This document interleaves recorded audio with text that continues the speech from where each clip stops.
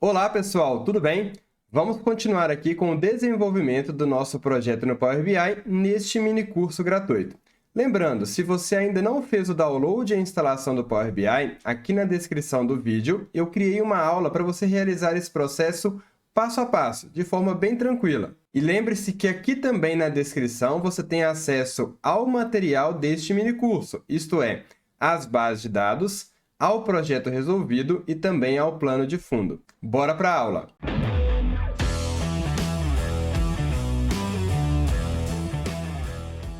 Todo projeto no Power BI ele vai começar, em termos práticos, com a conexão à fonte de dados.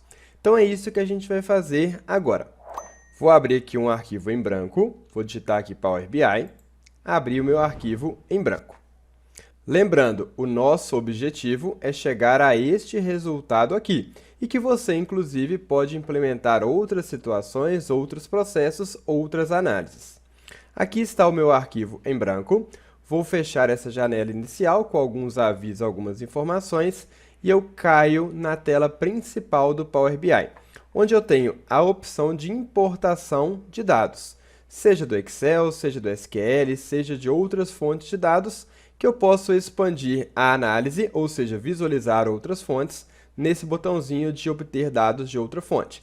Neste nosso caso, os nossos dados estão em arquivos de Excel, portanto, vou selecionar importar dados do Excel e vou buscar a minha base de dados.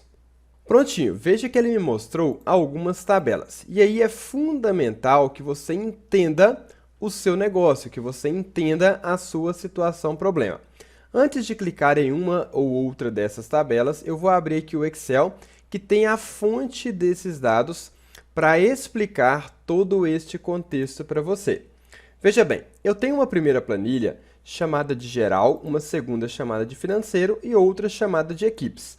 As três estão dentro do mesmo arquivo. Essas bases de dados estão relacionadas a projetos que uma determinada empresa desenvolveu, e eles podem estar ativos ou já finalizados, e eles têm como referência os anos de 2019 e 2020. Então, se eu visualizar a informação aqui de ano, eu tenho 2019 e 2020. Depois eu tenho colunas aqui para explodir, para separar o mês e o ano e etc. Vamos entender cada uma dessas colunas. Eu tenho primeiro uma identificação do projeto. Então, o projeto 01, o projeto 02 são códigos dos meus projetos. Cada projeto está associado a um cliente e eu não tenho aqui informações de quem é esse cliente. Essa informação aqui para mim, neste momento com essa base de dados, não é relevante, mas é relevante eu saber em qual estado está aquele cliente. Então, tudo vai depender do seu modelo de negócio, do seu contexto. Eu sei nessa outra coluna se meu projeto já está finalizado ou em andamento, e é claro, finalizado ou em andamento de acordo com esta base de dados. Pode ser que daqui a um tempo ele tenha outro status. Eu sei a data em que o meu contrato foi estipulado, essa data deu origem a mês, ano, e eu sei qual é a equipe que está associada àquele projeto. E essa equipe tem aqui um código. Por que eu sei que ela tem um código? Porque quando eu analiso dentro da minha tabelinha equipes, eu vejo que aquele código de equipe é associado a um profissional responsável e a um time de desenvolvimento. Então, o Team 01 é de responsabilidade do Dexter e do time azul. O Team 02 é do Maicon, que é o time vermelho, e assim sucessivamente. Só que além dessas informações gerais do projeto, eu tenho também as minhas informações financeiras.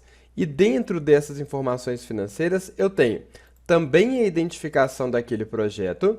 Além disso, eu tenho essas três colunas com informações financeiras. Vamos entender qual que é a lógica dessas colunas. E aí eu estou te explicando a lógica porque eu entendi o contexto desse problema ao conversar com um determinado cliente.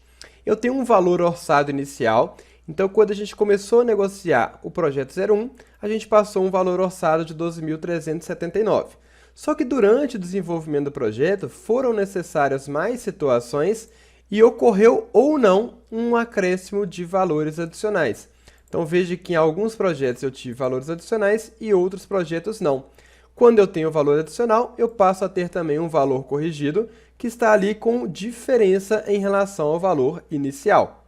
Beleza? Então, para você entender a estrutura dos nossos dados. Essa informação geral, ela é complementada com a informação financeira. Só que aqui estão em bases diferentes. E é assim que acontece na maioria das vezes no dia a dia profissional. Eu vou ter que combinar múltiplas informações que podem vir de bases diferentes, inclusive poderia ser uma base no Excel, outra no arquivo de texto, outra no banco de dados, outra na internet. Aqui a gente tem um modelo simplificado. Legal? Mas então já passei um panorama geral dessa nossa estrutura. Agora sim eu realizarei a importação. Volto aqui no meu arquivo em branco e veja que ele me mostrou o seguinte. 3 tabelinhas com um ícone diferente. Estes ícones aqui fazem referência à planilha inteira do Excel. Perceba, dentro do Excel eu tenho uma planilha chamada geral. Essa planilha chamada geral, ela engloba toda essa tabela com informações gerais, mas se eu tiver, por exemplo, uma coluna extra chamada de data de atualização, e vou colocar aqui 31/12/2020, esta planilha geral também engloba esta informação aqui, ok? E, no meu caso, isso aqui pode ser desprezível, concorda? Assim como eu poderia ter outras informações aqui para a direita, na planilha financeiro e também na planilha equipe. O que eu quero que você perceba? Quando você tem uma base de dados no Excel, você pode importar a planilha inteira, e cada guiazinha dessa é uma planilha, ou se a sua tabela estiver devidamente estruturada, você pode importar apenas os dados da tabela, ignorando, por exemplo, essa coluna adicional que eu criei. Quando que você tem essa informação? Quando você, no Excel, tem a sua base de dados como um objeto tabela. Isso é facilmente perceptível quando você clica sobre a tabela e em seguida vai em Design. Veja que todo esse conjunto de dados se chama geral. Ele tem o mesmo nome da planilha, mas eu poderia renomear. Vamos fazer um teste? Vou renomear aqui para TB_geral. O financeiro eu vou renomear para TB_financeiro, só para a gente poder diferenciar a planilha da tabela. Já em equipes, ela não está formatada como tabela. Seleciono ela toda, formatar como tabela, só para a gente entender isso. Vou definir uma tabela qualquer. Clicando em Design, vou dar um nome. Vou chamar aqui de TB_equipes. Veja que eu atualizei a minha fonte só para você perceber essa diferença, tá? Mas, na maioria das vezes, você nem vai atualizar a sua fonte, a não ser que você seja ali o responsável por ela. E aí você poderia, sim, gerar melhorias. Mas se é algo extraído de um sistema, você vai fazer todos os tratamentos dentro do próprio Power BI. Vou pressionar Ctrl B para salvar. E aí vou voltar no Power BI e cancelar a minha importação, para você ver a diferença do que eu acabei de fazer. Voltando a importar, seleciono a base de novo. Veja que agora eu já tenho as tabelas estruturadas no Excel com o nome TB Tabela e embaixo a planilha inteira. Lembrando que quando eu falo da planilha inteira, eu estou buscando informações inclusive com a data de atualização, que poderia não ser interessante ali para mim, poderia trazer dados que eu não desejo. Logo, neste caso, eu vou selecionar apenas as próprias tabelas estruturadas, que tem um limite ali de colunas de acordo com o meu modelo de dados. Após selecionar, vou clicar em Transformar. Esta janela que se abriu é a janela do Power Query. Ela trouxe todas as 3 tabelas que eu importei com as suas respectivas informações. É nessa janela que eu posso realizar inúmeros tratamentos de dados. E quando eu falo em números, são inúmeros mesmo. E tudo vai depender de como você pegar a sua base de dados e de quanto for necessário realizar modificações, melhorias e tratamentos. Essa nossa base de dados, por ser um modelo simplificado, ela já está com um tratamento interessante. Eu vou apenas validar se todas as informações aqui eu de fato preciso e se elas estão com os tipos corretos. Veja que cada coluna possui um tipo de informação. O ABC é para identificar um tipo texto. Eu posso clicar com o botão direito e alterar o tipo se for necessário. Aqui é um tipo texto mesmo, é um código. Área também é um tipo texto. Estado do cliente também é uma informação do tipo texto, assim como o status. Já a data do contrato é uma informação do tipo data, e ele já pegou corretamente. Se não tivesse pegado, botão direito, alterar tipo e marco data. Agora perceba que a coluna data gerou outras duas colunas, mês e ano. E eu não vou precisar delas aqui, apesar da informação de mês e ano ser interessante, no Power BI a gente faz isso de outra forma, a partir de uma tabela chamada tabela calendário, que veremos adiante. Então eu vou remover essas duas colunas que eu não preciso. Clico na primeira, seguro Shift e clico na segunda. Botão direito, remover colunas. Qualquer processo que eu faço aqui no Power Query, no meu editor de consulta, gera uma etapa nova. Se eu quiser voltar atrás em relação àquela etapa que eu implementei, eu simplesmente clico no xizinho.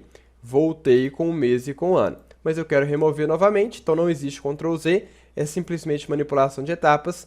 Vou remover as colunas.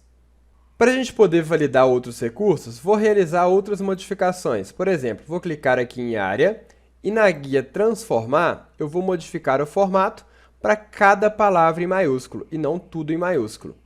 Pronto, modifiquei ali a estrutura.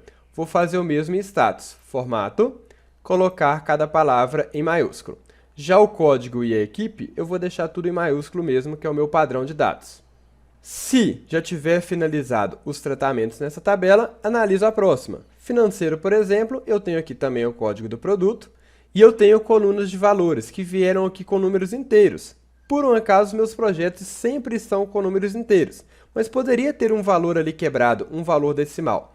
Posso selecionar as três colunas, botão direito, alterar tipo e indicar, por exemplo, número decimal. Ele me pergunta se eu quero fazer essa alteração de tipo em uma nova etapa ou dentro da própria etapa atual. Como assim? Por padrão, o Power BI já tentou identificar algumas situações para mim, dentre elas a identificação do tipo de cada dado. Eu posso criar uma nova etapa para atualizar aquele tipo ou realizar essa modificação dentro da própria etapa. Isso significa que eu vou pegar aquela modificação que o Power BI já fez automaticamente, mas vou inserir ali uma coisa que eu fiz explicitamente. Vou colocar na própria etapa. Quanto menos etapa, temos a tendência de ter um melhor desempenho. Beleza. Agora o tipo de dados aqui comporta um valor decimal.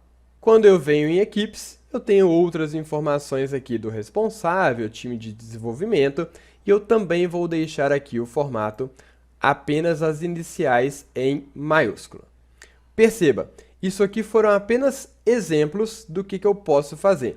São inúmeras as possibilidades de tratamento de dados.